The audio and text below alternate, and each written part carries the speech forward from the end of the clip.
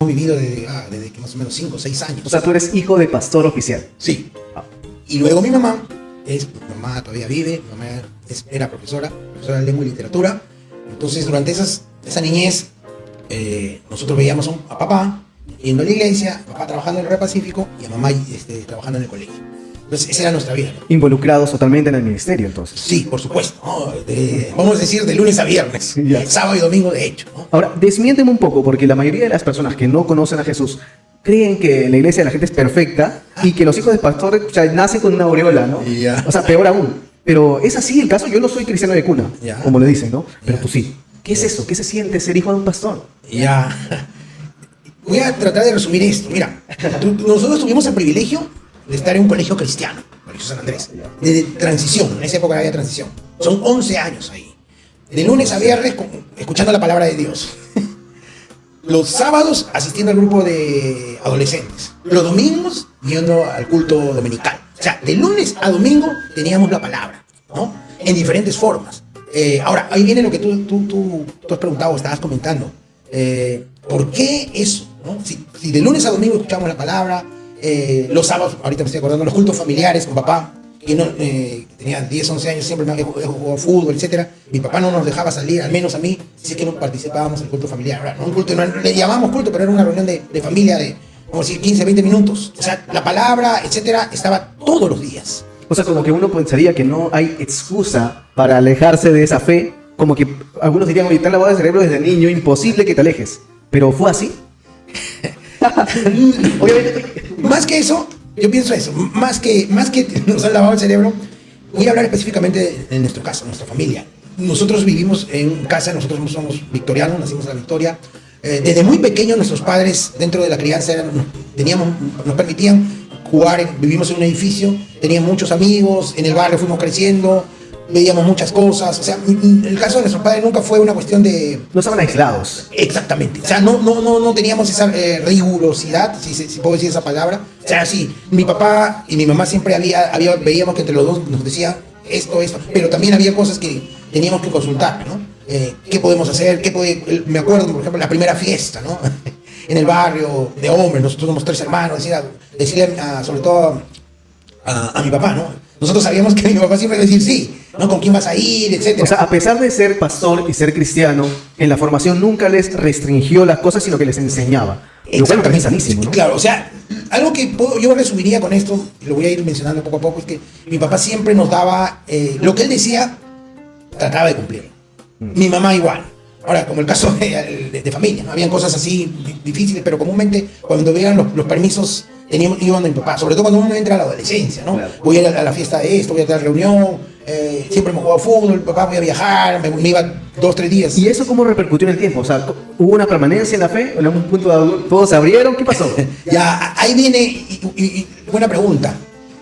Yo hice mi decisión por Cristo, por mi papá. Aún lo recuerdo a los 10 años, 10 para 11 años. Mi papá todos los días en las noches iba a conversar con los tres. Los tres dormíamos en un mismo cuarto. Me acuerdo que conversamos y una de las noches mi papá nos hablaba y me dice, y yo le digo, papá, yo quiero recibir a Cristo. Yo me acuerdo de eso. Hasta ahora lo tengo en memoria, ¿no? Yo tengo más de 50 años, lo tengo. Pero ahí viene para responderte.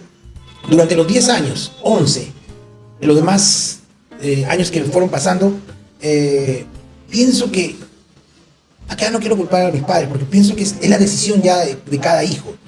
Empecé a buscarle la sin razón, no solamente a mi padre, sino a Dios. ¿Como parte de tu adolescencia? Sí y no. Sí, porque quizás algo que personalmente yo tenía era que pensaba que a través de llamar la atención, voy a decir, era poder ser una persona dura, ¿no? Aparentar ser muy duro. Yo era del colegio, ¿no? Y permíteme contarte un poco eso. Yo era en el colegio, un colegio de varones, donde comúnmente hemos crecido con... Hay que mantener exactamente, un orden, una pelea, era yo de pelearme, era de llamar la atención, de poner apodos. Entonces, eso fue influenciando mucho en mi vida. Entonces, cada uno de nosotros, como ya lo he mencionado hace un instante, yo soy el segundo de los hermanos. Entonces, llegó un momento en que a los 13, 14, 15, 16 años, en el colegio, ya tuve problemas, sobre todo de conducta, ¿no? Y yo estudié en un colegio donde era estricto, y eso, no estoy justificando, eso creó en mí una cuestión de rebeldía. Cosa que, lo paradójico es que yo no lo tenía en casa. O sea, mi papá y mi mamá siempre me brindaron mucho amor. Pero en el colegio me hizo una persona, y no quiero echarle culpa al colegio, pero yo sí, yo entendí eso, ¿no? ¿Eras otro en el colegio? Una doble vida prácticamente. Sí. Te Y en el pregunto barrio. eso porque Sí, sí. o sea, pasa que uno cuando ve a un bravucón en el colegio o una persona que le gusta llamar la atención, uno piensa, debe tener un hogar disfuncional, viene de una situación de falta de afecto, algo quiere, ¿no? Pero tú tenías un hogar funcional, cristiano, de cuna, o sea, me resulta un poco extraño, Sí. pero a la vez también revelador. Eso, ¿cómo repercutió en el tiempo? O sea, en tu relación con Dios. ¿Tenías una relación con Dios en ese tiempo? Y ya, es fácil aparentar. Y es una de las cosas que uno aprende, ¿no? Viendo cosas en la iglesia. Cada vez que yo era de esos que en los cultos, etcétera, ¿no? Ya me conocían. Cuando empezaba, le digo, papá, ¿pero para qué? ¿Para qué hacer tantas cosas y tal? Era de esos de acusadores. O sea, tú sabías las cosas de todas, pues. Y de muchos compañeros, amigos de la iglesia. Entonces, lamentablemente, yo lo tomé para el lado negativo. Entonces, fui creciendo. Cuando ya salgo del colegio, ahí me enfrenté a algo, ¿no? Porque comúnmente el colegio no me ayudó porque en lugar de, quizás, no puedo echar la culpa al colegio, pero ahí se daba la palabra de Dios, todo eso, pero eso creó en mí ese rechazo a Dios, ¿no? Un rechazo diciendo, todo es Dios, todo es, no religión, porque yo sé que Dios no es religión, pero yo tenía ese concepto, ¿no? De que son los santitos, son aquellas personas que no hacen nada, pero yo sabía que en el fondo hay de todo, ¿no? O sea, claro, porque tú veías gente hipócrita, pero en tu caso también veías gente genuina. Claro, y esa era mi lucha. Qué bueno, Andrés, ¿qué me dices? Porque en casa, o un poquito más, mi familia me enseñaba de quién era Dios. Qué loco. Mientras que yo veía en las personas, quizás no amigos, gente que no era, pues no. Y entonces yo me sustentaba en eso. A mi papá cuando él llegaba de sus reuniones del consistorio a las 11, 12 de la noche, lo esperaba solamente para recriminarle, decir, papá, mira, ¿cómo que están diciendo de mí? Era algo tontito, ¿no? Porque yo decía, no, pues de eso no se trata el cristianismo, ¿no? Ahora lo entiendo. Pero eso, pienso, todo ese camino, ¿no? Para ir avanzando lo de mi testimonio, todo ese camino, Dios iba trabajando mi corazón, ¿no? Dios iba trabajando mi corazón. ¿Hubo una experiencia espiritual en esa temporada que te sacó o que te acercó?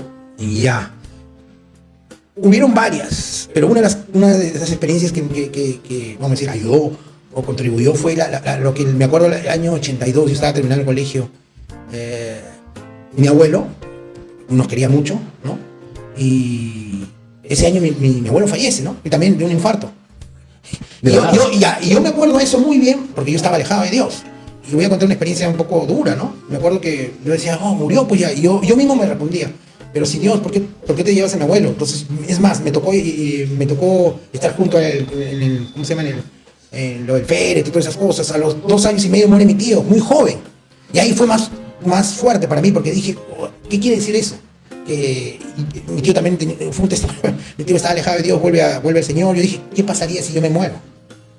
Empecé a decir, ¿qué pasaría? ¿Qué haría? O sea, y mi tío volvió a Cristo y a los 3 meses, 4 meses se murió. Y yo decía, Señor, ¿por qué? ¿Por qué te lo llevas? Y siendo joven, estaba participando con la campaña de Luis Palau, etc. Y ahí fui confrontado con Dios. Nunca me voy a olvidar, mis amigos del barrio, yo le digo, mi tío murió en la radio, tuvieron que llevarlo a la morgue, yo llevé el cuerpo de mi tío. Y cuando yo entro a la morgue, fue un impacto para mí, dije, tantos muertos, tanto eso. ¿Quién de estos muertos que están acá van a ir a la presencia de Dios, al cielo?